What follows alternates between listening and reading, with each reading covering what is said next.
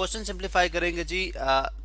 क्यूथ root से related हमारे पास एक क्वेश्चन है। क्यूथ रूट से मुराद की अगर आप देखें तो ये फिफ्थ रूट है। फिफ्थ रूट से मुराद कि हम जो है वो जिस तरह एक नंबर का एक्स की पावर में हम स्क्वायर रूट लेते हैं, ठीक है, इसी तरह इस केस में हम उसका फिफ्थ रूट लेंगे, ठीक है, 1/5 रूट। इसी तरह से आप जानते हैं कि ये जो हमारे पास साइन है, ठीक है, इस सिंबल के ऊपर जो रेडिकल का हमारे पास सिंबल है, ठीक है, इसके ऊपर जो भी पार लिखी होती है, अगर कुछ भी ना हो तो हम उसको 2 कंसिडर करते हैं, यानी 1/2 होगा वो। और अगर उस पे ऊपर जो भी नंबर लिखा हो तो वो उतने टाइम रूट बन जाता है, यानी अगर ये n होता तो nth रूट होता। अब चूंकि ये 5 है तो ये फिफ्थ रूट है। इसका मतलब ये हुआ, अब ये क्वेश्चन बेसिकली इस तरह से है कि 32 m रेज टू पावर 5, ठीक है, m की पावर 5, 243 और इसी तरह से n की पावर 5। और अगर मैं ये जो रेडिकल साइन है ये रिमूव कर दूं तो मैं इसको 1/5 जो है वो एज ए पावर लिख सकता हूँ। अब 32 जो है अगर आप देखें तो 32 यहाँ पे मैं यहाँ पे मेंशन करता हूँ, ये दिस इज 32 और अब मैं 2 के साथ करूंगा इसको 216 टाइम्स 32। आप इसके फैक्टर्स बनाएंगे, 2 8 टाइम्स 16, 2 4 टाइम्स 8, फिर 2 2 टाइम्स 4 और फिर 2 1 टाइम्स 2।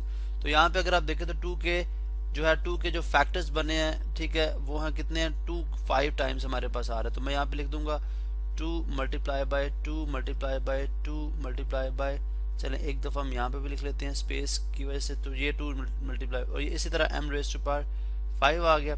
और इसी तरह 243 के हम फैक्टर्स बनाएंगे, अभी यहाँ पे 243 के भी हम फैक्टर्स बनाएंगे। अब चलें इधर ही हम 243 के कर लेते हैं, डिफरेंट कलर ले लेते हैं, 243 के ये फैक्टर्स हो जाएंगे हमारे पास 243। अब अगर आप देखें तो 4 + 3 ये 3 से कैंसिल आउट हो सकता है, 3 से डिविजिबल है। उसकी रीज़न क्या है कि उसका तरीकाकार आप जानते हैं, ये होता है कि आप सारे नंबर्स को ऐड करते हैं, अगर वो सम जो है वो 3 से डिविजिबल है तो वो पूरा नंबर भी जो 3 से डिविजिबल होगा। जैसे अगर आप देखें 4 + 3 7 और 7 + 2 9, तो 9 3 से डिविजिबल है, इसका मतलब है ये पूरा नंबर 3 से डिविजिबल है। 3 8 टाइम्स 24 हो गया और 3 1 टाइम्स 3। उसके बाद अगेन 8 + 1 9, 3 से डिविजिबल है। 3 2 टाइम्स 6 हो जाएगा और 2 यहाँ से जो है वो चला जाएगा कैरी, तो यहाँ पे 21 बन जाएगा, तो ये बन जाएगा 2 यहाँ पे बच जाएगा तो ये 21 बन जाएगा, बिकॉज टेंस प्लेस से 2 बचता तो इसलिए 21 बनेगा।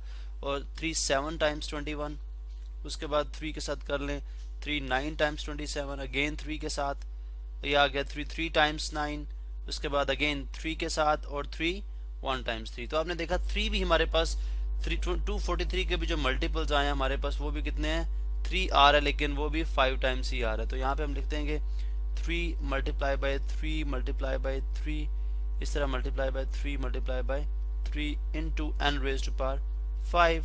अब यहाँ पे इसकी whole power 1/5 as it is हम लिख देंगे, ठीक है।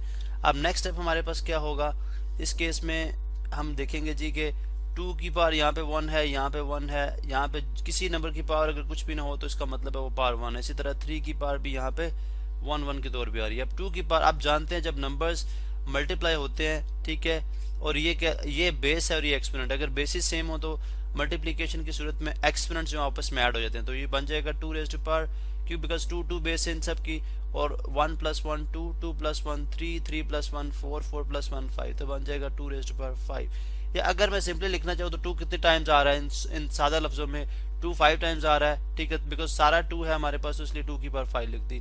और इसी तरह से हमने लिख दिया m की पावर 5, और यहाँ पे भी हम लिख देंगे 3 की पावर 5, ठीक है, वही रीजन है, इसी तरह n की पावर 5 यहाँ पे, और होल पावर जो है 1/5 लिख दी। जो अगर आप देखें तो सारे ये एक्चुअली जो मैंने अभी तक जो कुछ लिखा हुआ, ये स्टेप इसके इक्वल है, ये स्टेप इसके इक्वल है और ये स्टेप इसके इक्वल है, ये बेसिकली एक ही चीज है अभी तक जिसको मैंने मुख्तलिफ अंदाज से लिख दिया है। वो इसलिए लिखा ताकि हमें इसको हल करने में आसानी हो, ठीक है। अब हम देखते हैं कि नेक्स्ट स्टेप हमारे पास क्या होगा। अब हम इसको सॉल्व करेंगे।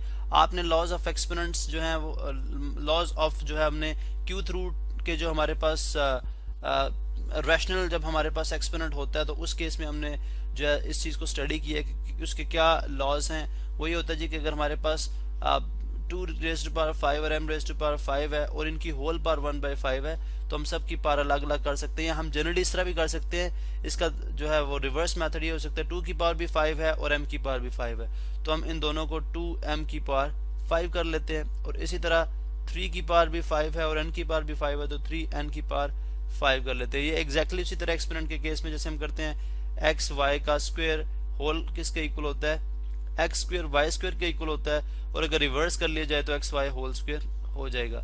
अब ये उसी लॉज के उन्हीं लॉज के तहत। अब इसी तरह इनकी होल पावर जो 1/5 वो अभी तक एज इट इज है।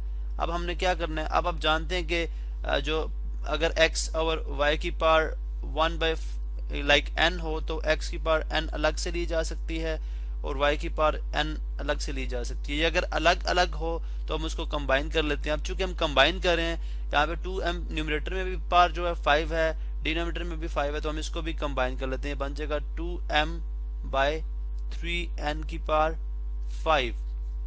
और आप ये जानते हैं ये जो ब्रैकेट का मतलब होता है मल्टीप्लाई और मल्टीप्लाई 1/5, और ये कैंसिल हो जाएगा 5 1 टाइम्स 5 5 1 टाइम्स 5। ये हमारे पास आंसर कितना आ जाएगा 2m/3n, और ये हमारे पास इसका फाइनल आंसर है। तो आपने देखा किस तरह से हमने स्टेप बाय स्टेप इसको सॉल्व किया और हम अपने रिजल्ट तक पहुंचे। इसी तरह हमारे पास जो सेकंड क्वेश्चन है वो भी कुछ इसी तरह से है। अभी हम इसको इस तरह से करते हैं जी, हम इसको कॉपी कर लेते हैं यहाँ से, और बिकॉज अभी यहाँ पे इसी जगह पे हमने अगर इसको सॉल्व किया तो थोड़ा कंजस्टेड सा लगेगा, इसलिए हम इसको कॉपी कर लेते हैं और यहाँ पे हम इसको सॉल्व करते हैं। ये क्वेश्चन क्या है, इसके अंदर भी अगर आप देखें तो 8th रूट ऑफ x की पावर 8 y की पावर 8 है। बहुत सिंपल सा क्वेश्चन है।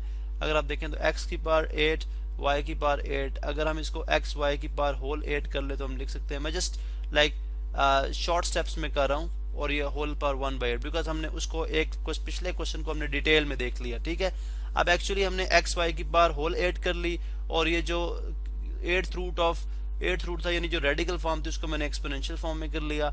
अभी हमारे पास आ गई जी एक्स वाई होल पावर जो 8, इसको मैंने इसलिए किया, आप जानते हैं कि एक्स की पावर एक्स वाई की पावर अगर n हो तो x की पावर n y की पावर n लिखा जा सकता है, या इसका रिवर्स में भी आया जा सकता है। तो हम बेसिकली रिवर्स में आ गए, और अब 8 मल्टीप्लाई बाय 1/8 आ जाएगा।